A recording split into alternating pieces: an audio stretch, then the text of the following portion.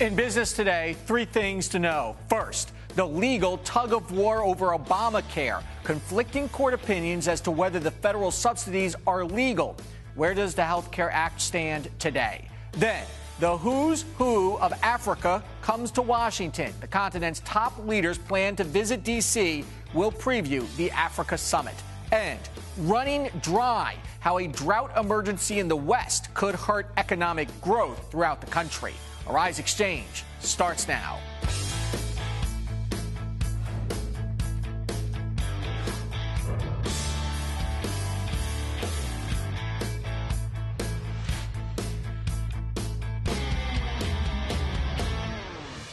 Hello, everyone. I'm Andrew Schmertz. What? Me worry?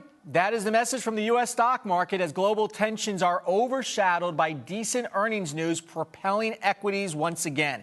The S&P 500, in fact, trekked to another record high on Wednesday. We're going to go through all of the big earnings reports, including from Facebook, in a moment. But first, let's take a look at the closing numbers on Wall Street. The Dow Jones Industrial Average closing down 25.75 to 17,087. However, the S&P 500, that is a record, up just 349 to 1987.02. And the NASDAQ higher by almost 0.5% to 4473.70. Now to that earnings news. Facebook announcing revenue of $2.91 billion. That beat analysts' expectations. Earnings per share of 42 cents were also above estimates. Facebook says its success this quarter came from increased user subscriptions and mobile ad sales. Aircraft manufacturer Boeing reporting earnings of $2.24 a share, beating analyst estimates. Boeing's revenue of $22 billion, however, fell just shy of forecasted revenues. Delta Airlines, also in the aviation sector, total revenue coming in at $10.62 billion and per share earnings of $1.04. Delta said it had a robust quarter due to increasing fares coupled with dropping fuel costs. And beverage and snack maker PepsiCo reporting revenue of $16.89 billion, earnings increasing a penny to $1.29 a share. Now taking a look at commodities, gold closing at $13.0550 an ounce, and oil up 62 cents to 103 and a penny. It's dueling decisions from federal courts as to the future of a key provision of the Affordable Care Act. The day after one federal appeals court struck down tax subsidies, there is confusion about where the law stands and the people who obtained health insurance through the federal marketplace. The appeals court in Washington, D.C. held that Congress never authorized the federal government to operate those exchanges, that only the states could, and then invalidated the subsidies of people who got insurance through the federal exchanges. A different appeals court, however, in Richmond, Virginia, then issued the opposite ruling. On Tuesday's Exchange, our legal analyst Horace Cooper explained why he thought the ruling invalidating the law was the correct one. The bill itself has pages that don't line up. It makes references to things that aren't in existence. And as a result, the IRS and the Department of Treasury and HHS have tried to come up with ways to make it make sense. Joining us now with a different view is Tony Carrk. He is the director of the Healthcare War Room at the Center for American Progress Action Funds. Tony, thank you for joining us here on Arise Exchange. Thanks for having me on. So what about the argument that Congress simply was sloppy here, messed up the drafting of the law, and these judges saying it's up to Congress to get it right, that they can't uphold a law that simply didn't authorize the federal government to do what it's doing? Well, I think that you have to look at the law in its totality, and it's pretty clear that the reason that the Affordable Care Act was drafted, written, passed, and signed into law was to provide quality, affordable health coverage to millions of Americans. I think going from the legal case, if there is some conflicting or confusing language that is in the law, it's up to the administration to interpret that as they implement it. And the Obama administration is doing that. And I think the Fourth Circuit ruling that held that the IRS actually was doing what it should be doing is the correct decision. All right, so the Supreme Court is clearly going to get another shot at this, though, because there's a split decision in the circuits just down the road, right, in Virginia, a different ruling. What was the gist of that ruling upholding the subsidies? Well, I would actually say, it's not clear that this is definitely going to go to the Supreme Court. I think what's going to happen next is that the Department of Justice is asking for the full Circuit Court of the District of Columbia to hear the case. So right now, yesterday's ruling was only a 3-judge ruling, so they have the option to have the full panel hearing it. That's of 11 judges. And, I actually think after the full circuit hears it that they're actually going to agree with what the Fourth Circuit said on this. Yeah, they actually have a slightly better shot. The odds are more in the government's favor in the in-bank ruling. Right. With all the judges there, right? There's a different mix of Democratic appointed judges and Republican appointed judges. If this does go in front of the Supreme Court again, though, John Roberts may get a second bite at the apple, as we said yesterday. He's the one who upheld the overall law. Do you think the High Court, might feel pressure to change its mind? I mean, I think after the en banc ruling, the likelihood of it going to the Supreme Court is extremely low. I do think that if you look, right now there are 6 judges that have ruled in favor of the Affordable Care Act and only 2 that have said no. And if you look at the reasoning behind the 6 judges that have ruled and upheld the premium tax credits, their reasoning is the intent of the law is clear. This is what Congress intended to do, is to get people tax credits regardless of where they were. This was to be available for everyone. And then legal precedent should be to defer to the administration to implement the law. And where the administration stands is that tax credits are allowed in both the state and federal cases. So I think from a legal standpoint and from a policy standpoint, the intent of the law is pretty clear. And one final quick question here. Does the ruling in the D.C. Circuit impact anybody practically right now? No, that's a really great question. The answer is no. Premium tax credits are still available. They were available yesterday. They continue to be available today, tomorrow. In the future, there is no impact on people's premium tax credits as a result of yesterday's D.C. Circuit Court ruling. Okay. Tony Carrk, thank you so much. Thank you. Coming up next on Rise Exchange, why Russia's oligarchs may be racing to withdraw their money from British banks. We'll be right back.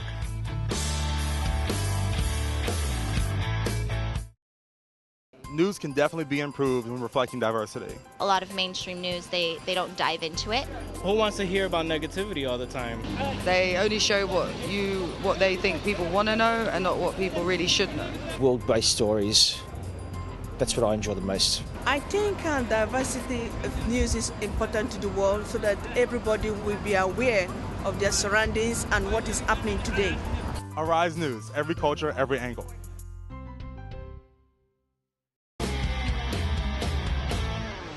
Welcome back to Rise Exchange. More than 45 heads of state and 100 ministers are expected to be in attendance at the U.S. government's Africa Leaders Summit kicking off in D.C. on July 31st. Rise Exchange will also be in attendance, and we're going to be broadcasting the show live from there to bring you the latest developments. Manchester Trade Vice President Tony Carroll right now is in Washington to give us a preview of the event and what to expect. Tony, when we were in Abuja at the World Economic Forum, that was really dominated by the trouble that Nigeria was having, especially with the Boko Haram.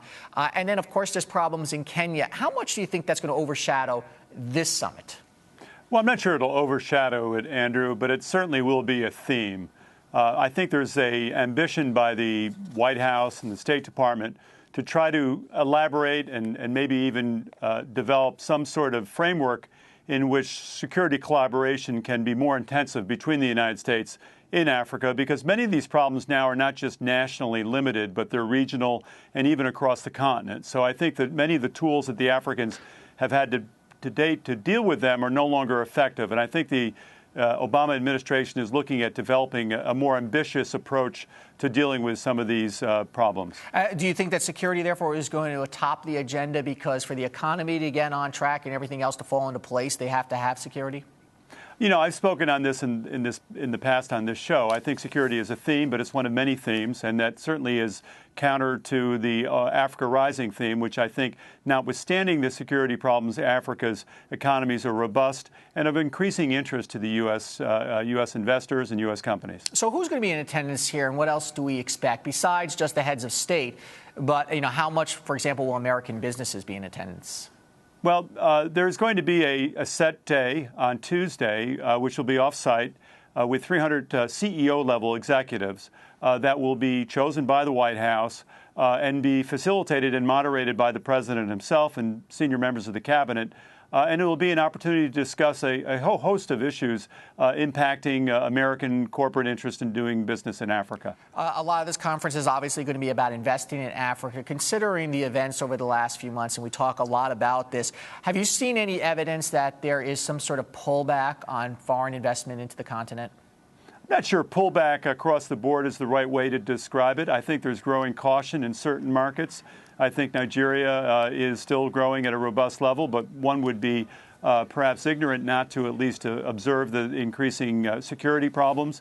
Kenya, always a good destination for U.S. companies and U.S. investment, certainly is undergoing some security concerns. So I think it's certainly, if you're in the travel and tourism business, if you're something in the airliner, what have you, that might certainly be of concern. But I think if companies are looking at increasingly reaching Africa's growing middle class, they're probably less concerned by domestic security and more interested in the growth of these economies. I wonder how, unprecedented is it for so many heads of states from one region to come to Washington all at once. It's a pretty interesting event, especially the number of African conferences that there are, for example, in Africa with the World Economic Forum in Nigeria this year. There seems to be a lot of these. Well, I think it's time for, we've been talking about this for several years. I think the Chinese certainly have established the high water mark or the benchmark on conferences with their FOCAC process.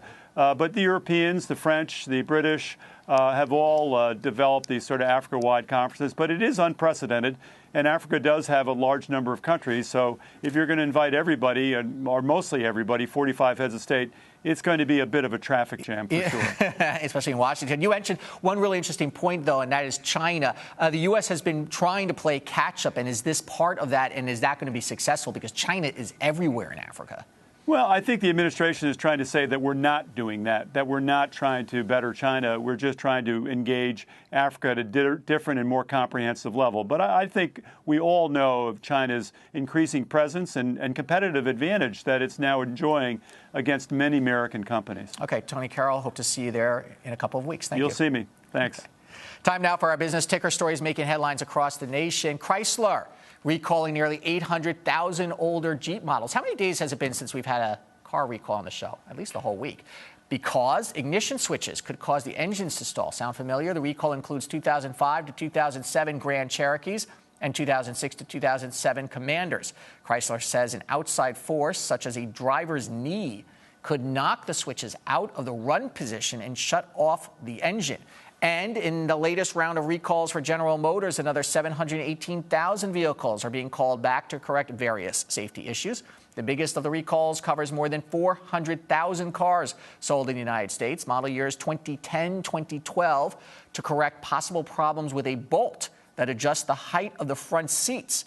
GM says it is aware of one crash and 3 injuries related to the problem. So far this year, GM has recalled 29 million cars, mainly to repair those faulty ignition switches.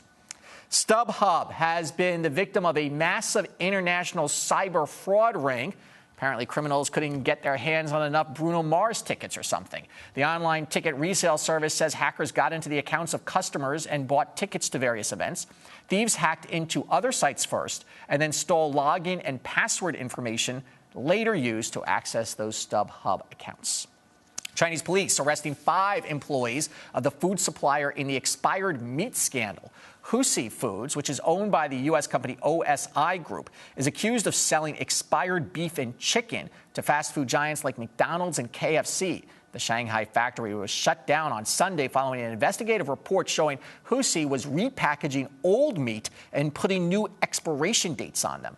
The factory's customers also include Pizza Hut, 7-Eleven, Burger King, Papa John's Pizza, and even Starbucks. And Apple has been hit with a class action lawsuit over alleged unpaid wages. About 20,000 former employees of the tech giant's retail and corporate divisions claim they are owed back wages for missed breaks and meals and did not receive their final paychecks in a timely manner. The lawsuit was initially filed in 2011, but the California Superior Court only certified it as a class action suit this week. And the severe drought in California is drying up lawns across the state, but now there is a way to keep them looking lush and green without any water at all, by painting them.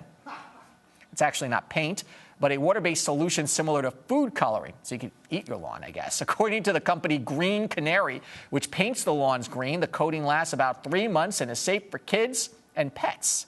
And later in the program, on a much more serious note, we will talk about the severe drought in California and its devastating effects.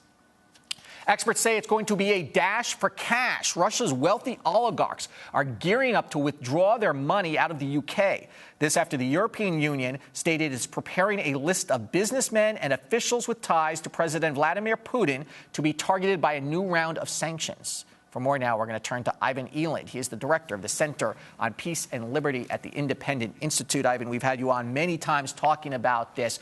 The EU is gearing up for a new round of sanctions. What do you expect these to be, and do you think they're going to be, impactful this time around?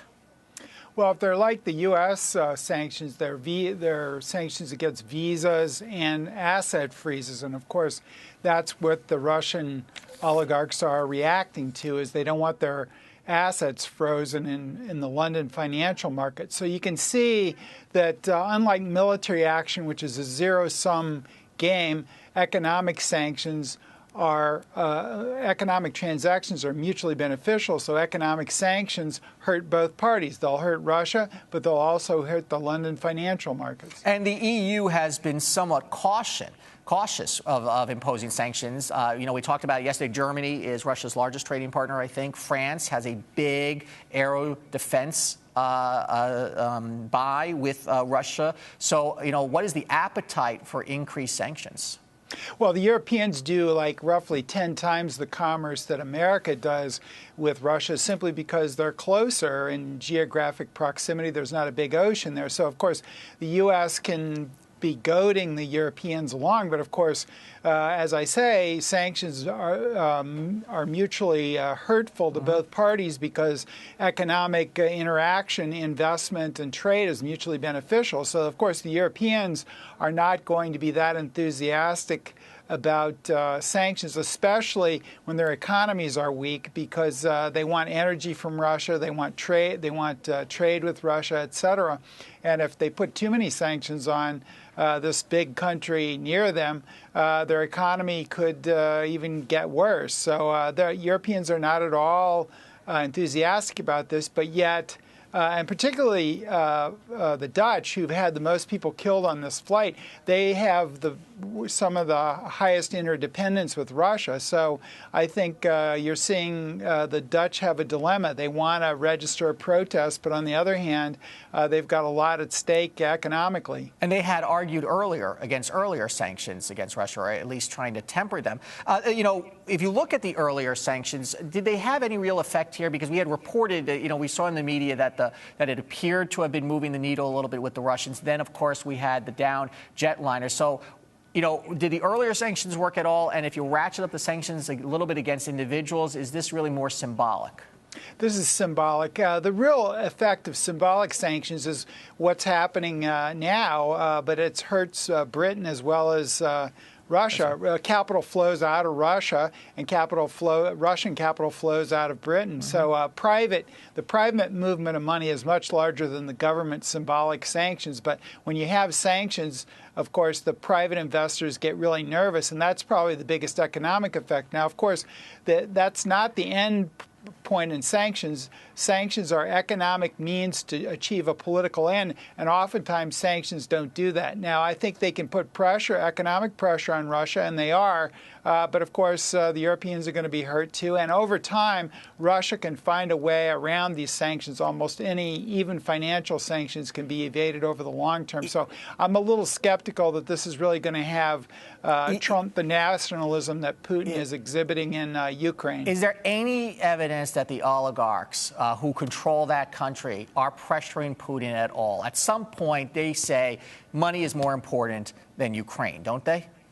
Well, I think he is. Whenever you have a business community in countries that are in conflict, they're always part of a peace lobby from both sides. So I think you see the the businessmen on the European side and say, hey, whoa, we don't want to put too many sanctions. And I think the same thing is true with the oligarchs. They're probably putting some pressure on. But of course, and Putin, even though he's an autocrat, has to respond to that. But nationalism oftentimes trumps business. It's about the only force that does, and I think those are the conflicting things that are going on inside Russia right now, nationalism versus business. Okay, Ivan, well, we'll see what these sanctions look like over the next few days. Ivan Eland, thank you.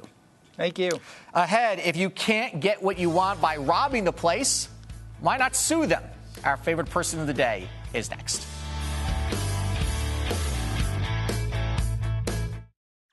One of my favorite moments on the show was interviewing the author Taya Selassie. She wrote the New York Times bestseller Ghana Must Go, and she actually coined the phrase Afropolitan. And I feel like in part what this show speaks to is the Afropolitan audience. They're African, they're traveled, they're cosmopolitan, they're interested in the diaspora.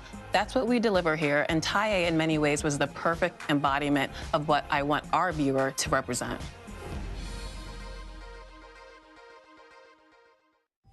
Because we live in a global, interconnected world, business news no longer stops when the markets close on Wall Street. And what we've discovered over the past few years of the financial crisis is that events and news that happen even in the smallest countries impact the United States and the world at large. As we bring together experts and analysts and thought leaders and CEOs and companies across many industries to not only provide the macroeconomic view, but news everyday people can use.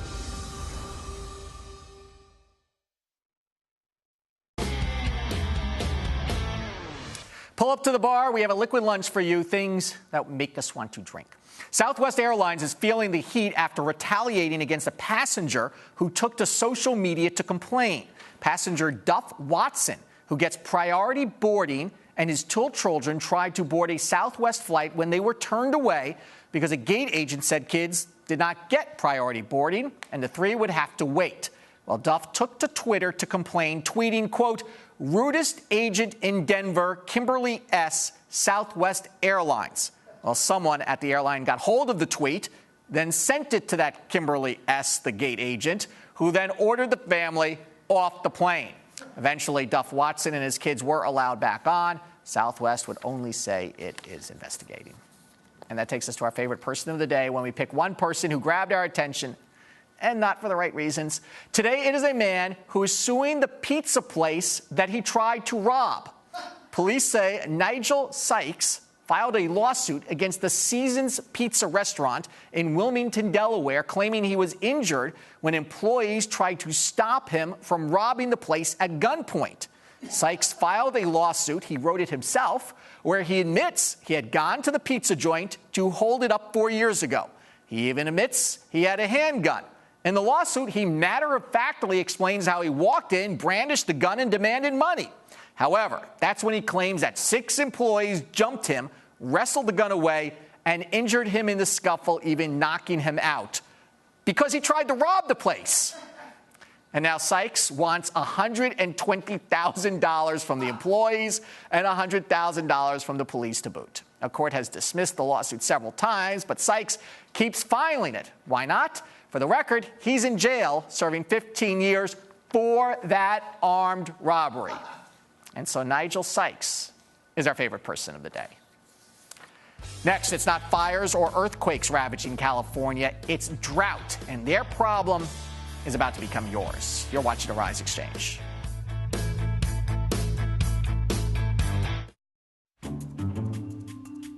Looking at mainstream news stations where only you have a very small minority of people of color being newscasters and actually having prominent roles in the media. In a newsroom in the United States, maybe 10% of decision makers come from communities of diversity. That's not right. Well, diversity is important because the more complete the news is, the more accurate a picture you're getting of the world, and the more you can form an accurate opinion of things. The vision here is not just to tell the main stories of the day, but to tell the news that other organizations don't tell, and tell it in a way that people like me, people that look like me, that look like you, are interested in. Arise News. Arise News. Arise News. Arise News. Arise News, every culture, every angle.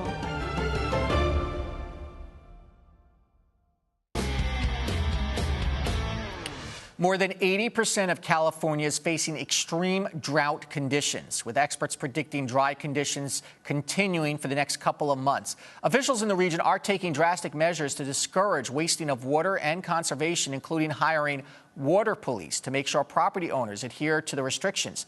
AccuWeather senior meteorologist Bernie Rayno joins us now with more. Bernie, welcome back to Arise Exchange. It's always my pleasure. Thank you for having me. Put in historic terms, if you can, how bad this drought is. It's quite bad. From a historical standpoint, it's one of the worst that we've seen in probably over 100 years. California, you do have to remember Southern California, and California in itself is an area that is susceptible to drought, very similar to what we see in the Southern Plains. But this drought is pretty bad, and it got bad pretty quick. It's been in the last 2 years that it has worsened. And what's the weather pattern that has sort of caused this? Well, Southern California only gets so much rain. It's a semi-arid place to begin with, and we have quite a few people living there, millions and millions of people. That's one problem in itself. But California typically gets their rain during the months of December, January, and February. And up until about 2 years ago, they had ample rainfall, but they had very little 2 years ago. They had very little in the beginning of 2014. And unfortunately, the drought has worsened, certainly this year. They will not get any relief from the drought during the summer months. It barely rains in this part of the country in Southern California during the summer months. The only way they get out of this drought is during the winter months, during those 3 winter months of December, January, and February. So that's when we have to wait for it to get better. Okay, and of course, the drought has a significant economic impact because of agriculture, to name one. What are the industries that are most affected by this drought? Well, certainly you just hit the first one, agriculture. There are other, any industry that is going to be susceptible or that is controlled by water is going to be hurt pretty bad. Agriculture, no doubt about it, this is really bad. The ski industry, to some extent, certainly, because if you're not getting rain, you're not getting mountain snow. But the worst impact, there's no question, it's the agricultural. And have we started to see that economic impact for the rest of the country? Because food prices, no doubt, I imagine, are going up because of it. There's no question about that. And also beef prices have gone up quite a bit, not because of the drought in California, but because we've seen extreme drought in the Southern Plains states. And this is a weather pattern that is somewhat reminiscent of what we've seen in the 30s and in the 50s, where we've seen this kind of widespread drought. So this is something that we've seen before, but certainly the one in California is quite bad. Well, the Dust Bowl, correct, if you're referring to the 30s? Yeah, and that was basically in the Southern Plains states. It was so bad that we had dust that was blown from the Southern Plains in Kansas and Colorado, and it was blown all the way into New York City. It darkened the skies. Now, the drought that we're seeing in the Southern Plains is somewhat similar, but keep in mind we have better technology. We didn't know about the huge aquifer that is underneath Kansas and Oklahoma, so now we have a way to mitigate that. Certainly the technology, the way in which we bring water in the Southern California and the reservoirs is helping to mitigate it. But the problem is we've gone 2 straight years with very little rain in Southern California and Central California. So that's why it's been so bad, and that's why it is bad, I should say. Bertie, do you think that California and California officials have done enough here to try to rein in water use? I think they're doing absolutely everything they can. The problem is we are now living in areas where it's very difficult to sustain a large population. Not only Southern California, but think about the city of Las Vegas, where you have that city and you don't have anything else around it. And there's a reason for that. It's a desert. There's not much rain, so those areas have trouble sustaining themselves. They need to bring water from other areas to help support life. And finally, Bernie, in the next 30 seconds, when is this drought going to end, do you think? Well, there is some hope. This winter time, I think there is going to be an El Nino. We don't think it's a strong El Nino, but El Nino will increase the probability of rainfall in California. We can get out of this very quick, But if it comes quick, it means there's floods. Absolutely. Bernie Rayno from AccuWeather. Thank you so much. Always my pleasure. Friday on Rise Xchange, we'll weigh in on the controversy surrounding the proposed housing and commercial development in the Grand Canyon. Let's take a look at the markets. Once again, the S&P 500 at a record high. I'm Andrew Schmertz. Thanks for watching Rise Xchange. Julian will be in for me tomorrow. I'll see you on Friday.